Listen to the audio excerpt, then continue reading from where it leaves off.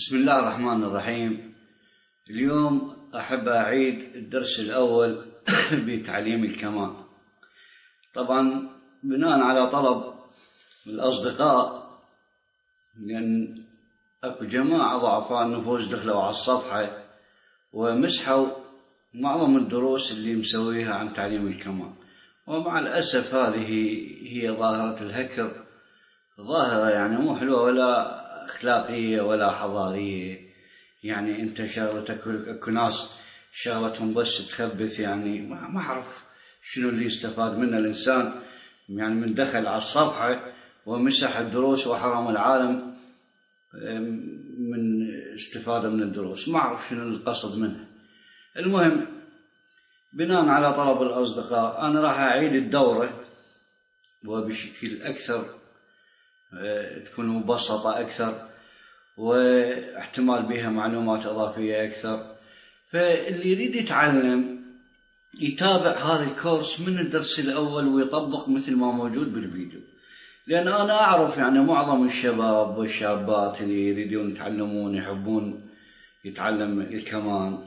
أولا إمكانية مادية ماكو لشراء آلة جيدة، يعني معظم الموجود بالسوق هو آلات صينية، والآلة الصينية ما تسوي واهس يعني ولا تشجع العازف على أن يستمر في تمارينه. دائما الإنسان يطمح للأفضل، يريد صوت أفضل، يريد هاي وحدة. يعني إمكانية لشراء الآلة ماكو، إمكانية لدخول المعاهد أيضا ماكو، لأنه المعهد يطلب على الكورس مثلا $800 أو $500 أو فلوس، يعني الناس ما عندها. فلهذا السبب أنا يعني ما أبغي من الفن أن أجني مال أبد. ما فد يوم فكرت أنه أجني مال من وراء الفن، سواء بالموسيقى سواء بالرسم أو حتى في الأدب في كتابة القصة. يعني ما فد يوم أنه أطمح أحصل على مال، ولا فد يوم أطمح أحصل مثلا على شهرة. يعني أنا لو أريد الشهرة كان في عمر الشباب دخلنا ونبحث عن الشهرة.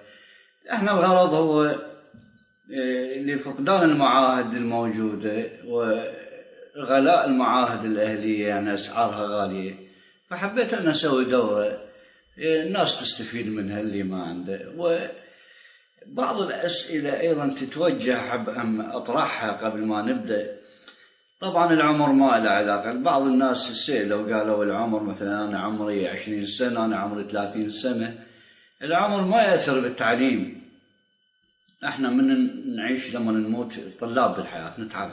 ما حد ختم الحياة وختم معلوماتها، نعيش ونموت طلاب. فإذا هو صحيح العمر المبكر، يعني في عمر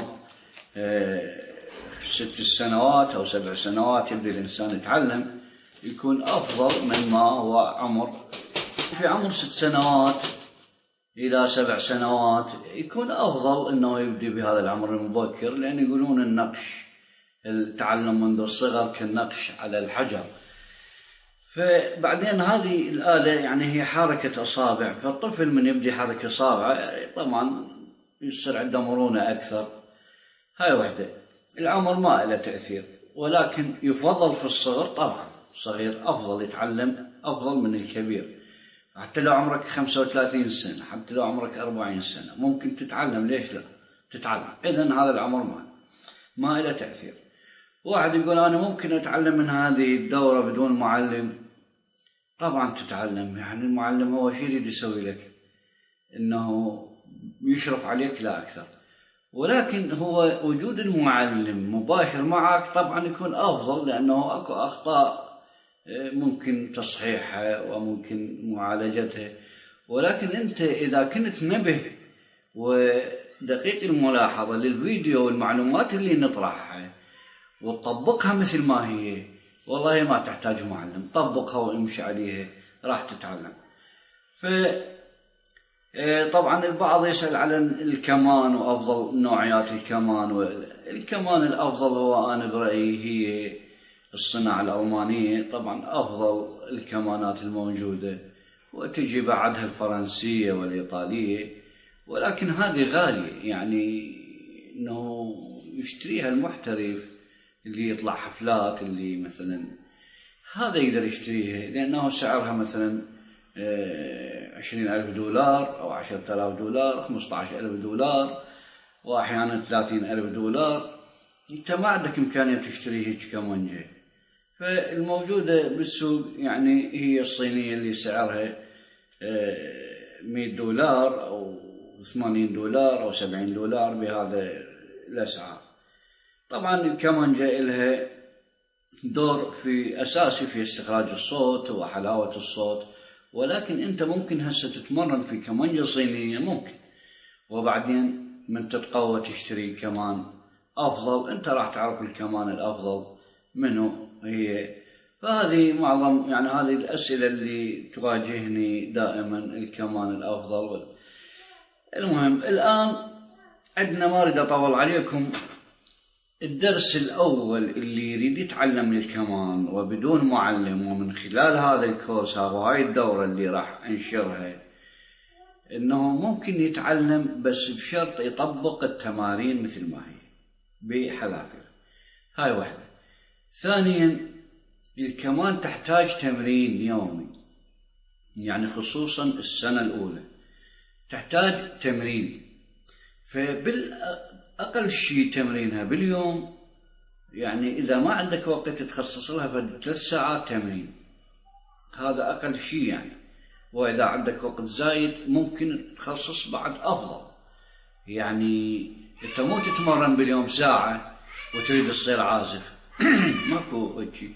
يعني إحنا كنا قديما أول ما تعلمنا يعني يمكن أتمرن باليوم 10 ساعات أو 8 ساعات، أخلص وقتي كله مع الكمان. لا، فإذا أنت تخصص وقت 3 ساعات يوميا ومستمر بدون انقطاع، أنا أضمن لك تتعلم. أما أنت تتمرن أسبوع وانقطعت أسبوع، لا طبعا كل تعبك راح يروح بلاش. هذا اللي يتمرن مثلا بالأسبوع مرة، بالأسبوع مرتين، هذا العازف المحترف اللي واصل مرحلة بالعزف انه ممكن يتمرن بالاسبوع يوم او يومين، قد تكون كافي. واذا ترك فترة سنة ايضا او 6 اشهر ايضا ينزل مستوى. فانت مبتدئ ولا تزال المعلومات بعدها يعني جديدة عليك، فالمفروض تمرين مستمر بدون انقطاع يوميا 3 ساعات. فاذا تمرنت يوميا 3 ساعات 4 ساعات واكثر، انا اضمن لك تصير عازف. وطبعا واحد يقول الفترة ايش قد واصير اقوم اعزف؟ هذا غلط. يعني الفترة ما محددة، اكو هنا تتبع مهارة العازف وتتبع تقبل العازف للمعلومات.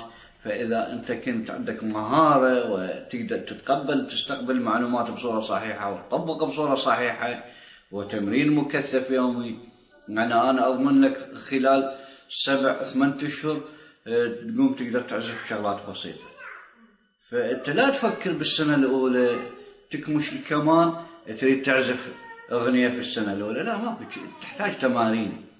وهسه إن شاء الله نبدأ في هذا الكورس بتمارين نخليك توصل لمرحلة ممتازة. يعني هذه اللي عندي قبل الدرس، والآن نبدأ بالدرس. طبعا الكمان أنا ما أريد أشرح عنها شرح طويل، وحتى لا الفيديو يصير طويل، لأنه أحيانا الفيديو من أرفعه من يعبر 10 دقائق وأرفعه يصير صعوبة بي، فأحاول أختصر. هذه الكمان طبعا هي آلة غربية وأصبحت عالمية، 4 أوتار، وهي أجمل ما في جنسها، اللي جنسها الكونترباس والتشيلو. يعني آلة لطيفة وفيها حنية وشجن، وممكن واحد يتعلمها. واحد يقول صعبة، ماكو شيء اسمه صعب وماكو شيء اسمه سهل. اكو شيء اسمه تمرين تتغلب على الصعوبات، واكو شيء ما تتمرن طبعا. اي شيء ما تخوض التجربة بيه يصير صعب، واي شيء انت تخوض بيه وتمارس بيه راح يصير سهل. فماكو يعني، بس هي من ناحية تقارنها مع العود، لا هي اصعب من العود. العود بسيط. تقارنها مع الأورجين، لا، أبسط من الأورجين. يعني شغلتها شويات، هي صعوبتها في هذا القوس. فهسه نجي للدرس الأول. شوف هذه المعلومات تحفظها بالضبط طريقتك. هذا القوس شلون تصير المسكة مالته؟ أول ما طبعا هي بالبداية تواجه صعوبة، بعدين راح تصير سهلة عندك. هذا القوس، شوف هذه إيدك، يعني المسك الصحيح والتسيطر عليه هو أنت عندما تمسك أي حاجة، شوف تمسكها بهذا الشكل، وين؟ بالحواس. يعني ما ممكن تمسك الحاجة هنا ما تسيطر عليها، فدائما المسك هو بالحواس، هذين الحواس تشعر بها تسيطر عليها. فإذا مسك الكمان هذه إصبع إيدك تكون بهذا الشكل، شوف هذا من إصبعين وهذا إبهام، هذا إصبع وهذا إصبع، بهذه الحركة. يعني شلون راح تصير هذه النقطة؟ شوف هذه النقطة بالقوس راح تخلي إصبعين هنا، شوف بالحواس، يعني بهذه الطريقة. زين، عندك الإبهام يجي هنا، شوف الإبهام، يعني خلي أوضحك إياه حتى خاف. شوف الإبهام وين يصير؟ الإبهام هذه المنطقة يصير هنا الإبهام، يعني مو هنا، هنا أو هذا هنا الإبهام بهذه المنطقة، هذا راح يصير الإبهام. شوف تحت، وهذا إصبعين هنا. إذن هذا الإبهام وهاي إصبعين هنا على هذه النقطة بهذا الشكل. إصبع عندك يصير هنا بهذا الشكل، شوف ينعم، يعني ما تخليها الشكل، الشكل ما سيطر عليه. إذا تخليها الشكل ما سيطر، راح تخليه بهذا الشكل، شوف حتى تصير سيطرة. وهذا الإصبع عندك يصير هنا، مو شوف هذه العتلة ما يصير هنا بالضبط فوقها، وإنما هنا هذا الجانب، شوف هذه هنا يصير الإصبع، وهذا إصبعين وهذا. بهاي الحالة أنت شو راح تسوي؟ راح تسيطر على القوس. هسه شلون ما تريد تحرك القوس أنت مسيطر للأعلى للجانب، وين ما تحركه أنت مسيطر على القوس، يعني هو كأنه سيف. هسه تحركه شلون ما تريد، شوف هذا القوس. إذن هذه هي مسكة القوس. غير هذه المسكة هي غلط. صح اكو بعض العازفين يمسك القوس منا ويعزف، هذا غلط طبعا، ما يسيطر على القوس، مستحيل. انا شايف عازفين منا يكمش القوس بهذا الشكل ويعزف، او البعض يمسك منا من هذه الشكل، هذا غلط طبعا، ما تصير سيطرة. اذن هذا اللي نتعلمه، وهي هاي الملاحظات الدقيقة اللي لازم نطبقها. الصبعين هنا، شوف على هذه الفتحة، على هذه النقطة، وهنا داخل هذه شوف الإبهام، وين صار الإبهام؟ هنا جوا. وهذا إصبعك ينعكف بهذا الشكل، ما تمده الشكل، هاي الشكل ينعكف حتى يصير سيطرة. وهذه هنا يعني مو بالضبط فوقها، وإنما على هذه الجانبية. شوف هذه مسكة القوس الصحيح. طبعا بالبداية راح تحس اكو مشكلة، بالبداية راح تحس انه صعوبة بيها، ولكن هي مو صعوبة، يعني سهلة تصير بالممارسة. غير هذه المسكة ما تسيطر على القوس ابدا، وهذه هي صعوبة الكمان. هذه هي صعوبة الكمان، انه هذا القوس ومسك القوس. صار واضح؟ هذا بالنسبة لمسك القوس. نجي الى مسك الكمان. مسكة الكمان، شوف هذا الحنج وين يصير؟ راح يصير عندك مو على الحنج هنا البعض هالشكل يكون يمسك الكمان، لا، راح يصير عندك هذه المنطقة. شوف هذه المنطقة هي اللي تصير على الحنج، وهذا الكتف، هاي النقلة مال الكتف شوفها يصير بيها، يعني كمان راح تصير مو بهذا الشكل، وإنما بيها ميلان بهذا الشكل. شوف المسك هنا راح يصير، هذه ضرورية جدا. يعني هاي الإيد ما لها علاقة بمسك الكمان. هسه هذه الكمان أمسكها بهذا الصورة. شوف هنا هذا الحنج، هذه المنطقة على الحنج هذا، زين هالشكل يصير. وهذا الكتف، هاي النقرة، مو الكتف العظم هذا، وإنما هذه النقرة، هذه النقرة مع الكتف، شوفها تصير. والكمان تصير مو هالشكل البعض يسوي، وإنما هذا مشكلتها الطبيعية، بيها ميلان قليل شوي. شوف هذا المشكلة. والمسك والسيطرة يعني هاي الإيد ما لها علاقة. ومن تمسكها لا تصير تدنق لي هالشكل يعني للأسفل، ولا ترفع للأعلى، وإنما هذه مع مستوى النظر، مع مستوى النظر. هذه بالنسبة لمسكة الكم، زين. لأن هاي الإيد يعني معرضة إنه تصعد بها لهنا وتنزل، تصعد وتنزل. شوف يعني هذه بها حرية حركة. إذا أنت ماسك ما تقدر تحرك. إذا المسك مو هنا، هاي مجرد إسناد. ووضعية الأصبع، شوف بالنسبة لهاي اليد اليسرى وين راح يصير؟ راح يصير هنا الإبهام، هذا الصحيح. شوف الإبهام وين يصير؟ وهذه شوف نهاية الإصبع هذا والإيد تصير بهذا الشكل. يعني لو ضحك إياها شوف الإيد تصير مو هالشكل تمسك. البعض شوف بدون لا يدري يمسك الكمان بهذا الشكل، هذا غلط، لأن أصابعك ما تقدر تسيطر عليه. هذه المسكة، شوف الإيد، وهذه الإيد تكون مو خارج الشكل، وإنما هذه مستواها، وهاي مسكة الكمان.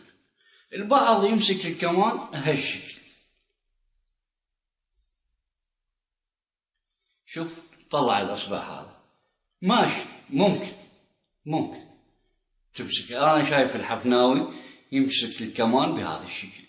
الأستاذ الحفناوي أشهر عازف مصري يعزف مع أم كلثوم، يمسك الكمان بهذا الشكل، ماشي صحيح. والبعض يمسك هالشكل، يعني ما يخليها هنا على النص، أيضا بها مجال، ولكن مسكتها الصحيحة هاي. شوف يظل فراغ هنا، يعني فراغ يصير والإبهام، هذه مسكة الإبهام. شوف هذه مسكة الإبهام، هنا يصير الإبهام، وهذا الإصبع هنا، وتصير إيدك بهذا الشكل، لا تخليها هالشكل. ليش على عمود الإصبع من يجي عمودي، يعني الإصبع يجي بصورة عمودية، مو هنا بحرحارة الإصبع هنا، يعني من تريد تخلي العزف هالشكل غلط، وإنما هنا شوف بحيث العدة أظفر ما يقدر يعزف، هنا هالشكل يصير الأصبع. إذن هذه هي مسكة الكمان، وأحاول أن أشوفك إياها من كل اتجاهات الكاميرا. شوف هسه هذا اتجاه، شوف اليد شلون هنا تجي هذا اتجاه حتى الإصبع ينزل هالشكل. شوف هذه الإصابع تنزل بهذه الطريقة، زين. وهذا اتجاه، زين. شوف وهذا اتجاه هالشكل، شوف الأصابع، يعني مو هنا العزف أو هنا هالشكل أو هالشكل، لا هذا هذا وهذا هالشكل، وضعية الأصابع تصير زين. وهذه هسه واضح، هذه هي المسكة الصحيحة. أنا مو يمك حتى أصحح لك، دقق ذا الملاحظات، يعني بحيث من تمسك الكمان تقول هذه المسكة الصحيحة. شوفوا شلون هسه. إذن تعودنا على مسك الكمان، هذه تحتاج طبعا أيضا تمرين، لأن في البداية هذا كفكرة تشعر بي يصير بي ألم، يعني شوية يقوم يأذيك من المسك، هذه إيدك منها شوية تتعب في بداية الأيام، وهذه إيدك أيضا تتعب في بداية الأيام. إذن هذه مسكة الكمان تحاول تتمرن عليها أنت جالس كمان بهذه الصورة، وهذا القوس مثلا تريد تتهيأ للعزف، تضع الكمان بهذا الشكل، شوف تعلم عليها، تمسك القوس بهذا الشكل، خلاص تحط ايدك تسندها هنا بهذا الشكل. حاليا تعود بس ايدك انه تمسكها بهذا الشكل، لا تنسى انه تخليها هالشكل، هذه دائما تراقبها دائما هالشكل، لان انت اثناء العزف اراديا بالبدايه ايدك تجي هالشكل، فانت تنتبه لهذه الملاحظه. فاذا هذه مسكة الكمان راح يصير بهذا الشكل قوس، والكمان بهذا الشكل، شوف مسكنا. نجي الآن نطبق التمرين الأول. التمرين الأول هو سحب التمارين الأولى، يعني تأخذ لك بحدود أسبوع إلى 10 أيام أنت بس تسحب قوس، ما تجيس الزند أو هاي المراية يسموها أو الزند، أبد ما لك علاقة بالإصابة. أول 10 أيام تضبط للقوس، فإذا انضبط القوس واستخرجت الصوت الصحيح إنه راح بعدين كل شيء يصير هين. أما إذا ما تضبط القوس وتجي إلى تمارين الأصابع ما تقدر، تصير صعبة. فإذا هي مراحل، يعني تمارين مراحل، فما ممكن تنتقل إلى تمرين آخر وأنت التمرين مثلا ما ضابطه، هذه مستحيلة، لأن لا راح تضبط التمرين اللي يجي ولا اللي بعده، تظل شغلتك يعني مثل صعبة بها صعبة. فإذا مطلوب منا تمرين أول نضبطه، يلا ننتقل للثاني. التمرين الأول هسه راح أعطيك تقريبا 3 تمارين للقوس، وكل تمرين هو يحتاج 3 إلى 4 أيام حتى تضبطه. التمرين الأول راح يصير عندك سحب قوس، شوف هذا القوس، انت من تسحب طبعا اكو نقاط احب اوضحها بالسحب، انه هي راح تصير اخطاء بيها. من راح تسحب تبدي من هنا، شوف دائما تبدي من هنا للاسفل وترجع، شوف هذا السحب الصحيح. هنا ايش راح يصير عندك بالبدايه؟ بالبدايه من راح تسحب ايدك وين راح تصير؟ شوف ترجع هالشكل، راح تصير للخلف، يعني اثناء السحب راح تصير للخلف، هاي عادي بالبدايه، هذا طبعا غلط. السحب لا تخلي ايدك تجي هالشكل، شوف هاي واحده، حاول انه السحب وين يصير؟ السحب يصير للامام، يعني شوف ايدي وين راحت، هذا السحب وارجع، شوف هذا السحب، هاي واحده. هذا الخطأ اللي تجي ايدك للخلف هذا تتجنبه، تنتبه له. ايوه. 2 عندما تعزف تسحب قوس، البعض راح ترفع ايده هالشكل، يعني على هذا الوتر مثلا هنا مثلا عنده عاديه، بس من ينتقل لهنا شوف يرفع ايده هالشكل، وكانه هذا اللي يرفع ايده يلا جي، هذا خطا. هاي ايدك هنا هذا مستواها ما ترفع، شوف هذه الايد مستواها هالشكل بالعزف ما ترفع، لانه السحب راح يصير بالرسغ هنا بالكف، شوف هاي شكل السحب، لأن هذا القوس مسيطر عليه، وهذا السحب يصير هالشكل، صار واضح؟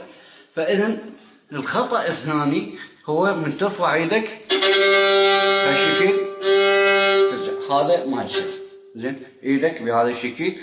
هاي النقطة الثانية. النقطة الثالثة، عندما تسحب مسموح لك من نهاية الزند أو المراية، هاي السوداء نهايتها، إلى هذه الغزالة أو الجسر أو الفرس يسموها، التسميات تختلف، احنا نسميها غزالة، وهذا زند. فمسموح لك القوس يتحرك لهنا ويرجع لهنا، يعني هاي المسافة، يعني مسافة ما بيها سنتيم مسموح لك يتحرك القوس. ويا ريت التمرين تحاول يكون ما يتحرك، يعني ثابت. واضح؟ فإذا راح يصير عندك سحب القوس بهذا الشكل، وتنتقل للوتر الثاني ما ترفع يدك. يعني اكو بعض من يسحب قوس يرفع يده ويجي خطأ، ماكو رفعتي، لأنه السحب والانتقال للوتر عن طريق هذا الأصبع. شوف، ولا تريد ترجع للوتر عن طريق هذا الأصبع. هذا شوف هذا التحكم وهنا وهنا، يعني تحكم القوس بهذا الأصبع وهذا الأصبع. فإذا مو ترفع يدك، ماكو هيك، هذا خطأ. إذا هاي الملاحظات تنتبه وتبدي تطبق التمرين. هسه أنا كمبتدئ تعلمت هذه التعليمات، راح أبدي أطبق. وبعدين من تسحب قوس يكون قوس كامل، مو البعض مثلا يسحب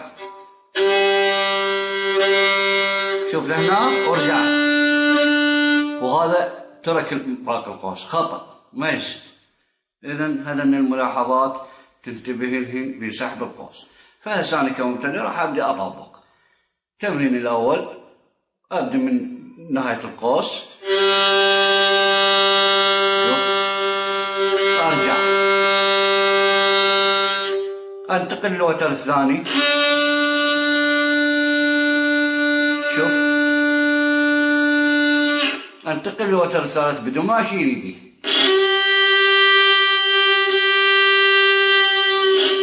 أنتقل للوتر اللي وراه بدون ما أشيل يدي. شوف، صار عندي هذا التمرين. هذا التمرين أرجع بعدين، شوف وراء السحب، شوف إيدي للأمام،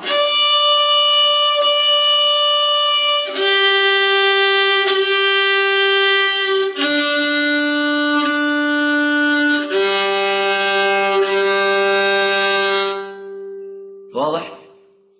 هسه هذا التمرين الأول للقوس.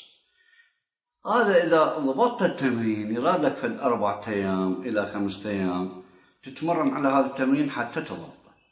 بعدين من تضغط على القوس لا تضغط زايد، يعني من تضغط زايد شو يصير؟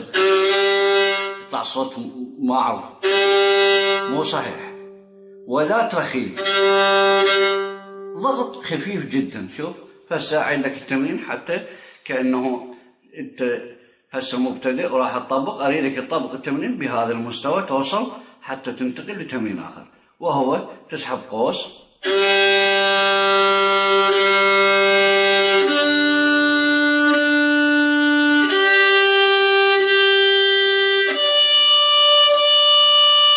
من خلصت الوتر الري الأخير أرجع من عنده.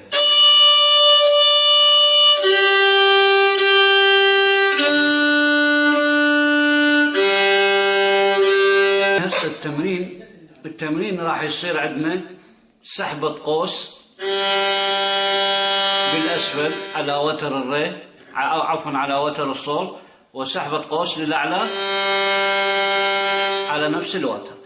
يعني هذا وتر الصول عليه سحبتين للأسفل وللأعلى، وتر الري أيضا سحبة قوس للأسفل وللأعلى، ووتر الصول هذا أيضا سحبة قوس للأسفل، ووتر الري سحبة قوس للأسفل وللأعلى. هذا هو التمرين.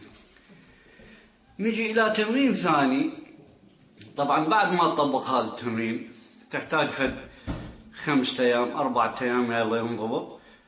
تجي تطبق التمرين الآخر اللي هو سحبة قوس أسفل على وتر الصوت وترجع للأعلى، تنتقل من هذا الصوت إلى هذا الصوت، يعني تعبر هذا الوتر، فراح يصير عندك بهذا الشكل.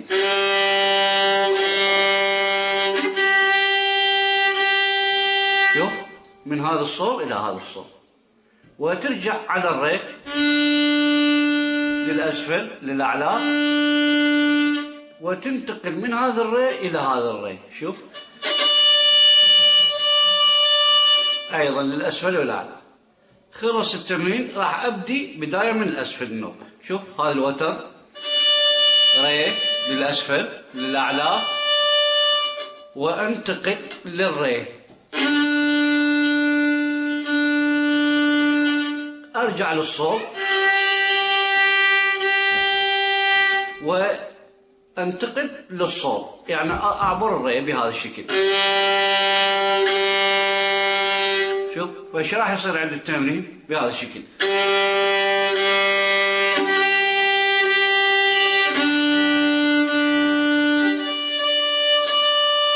انتهى الجزء الثاني منه هذا.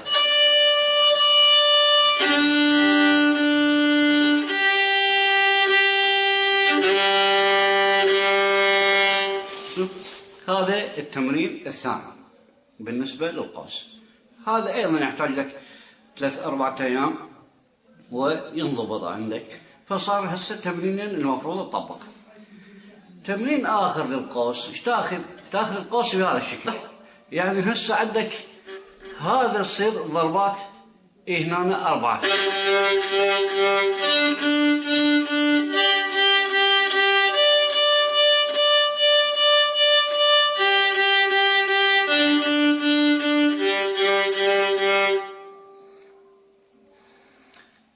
تمرين آخر راح يصير عندك حركة قوس، يعني فقط في الربع الأول، سحب الأسفل أعلى أسفل أعلى. شوف هذه الحركة 1 2 3 4 وتنتقل هذا.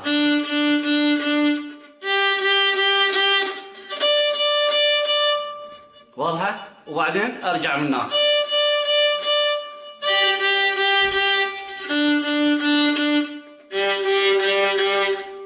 هذه تمرين أخذته في الطرف بالبداية من القوس. نفس التمرين آخذه بهذا الطرف منه.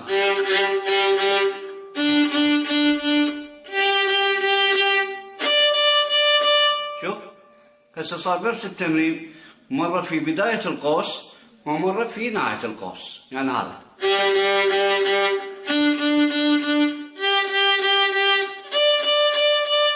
وارجع.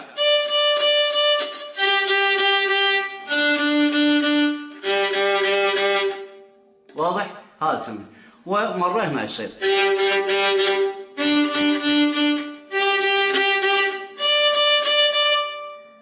هذا أيضا تمرين قوس. صار واضح؟ هذا التمرين الثالث أيضا تاخذ لك عليه 3 أيام أو 4، وتعيد التمرين الأول والثاني والثالث إلى أن ينضبط عندك. 4 تمارين، يعني راد لك فترة 10 أيام إلى 15 يوم تضبط هذا التمرين.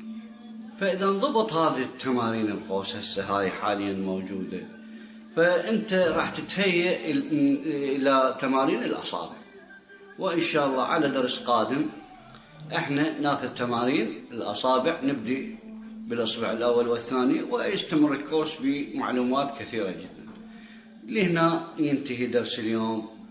واللي يحب يتصل ويراسلني على الخاص على صفحتي بالفيسبوك، لأن أنا ما عندي وسيلة اتصال غير الفيسبوك. عنوان الصفحة عادل الهلالي، وأنا صورتي موجودة تميزني عن البقية. وأي استفسار أي صعوبة تواجهك أنا رحب بأي متصل، وأهلا وسهلا بكم. إلى هنا ينتهي درس اليوم، ومع السلامة.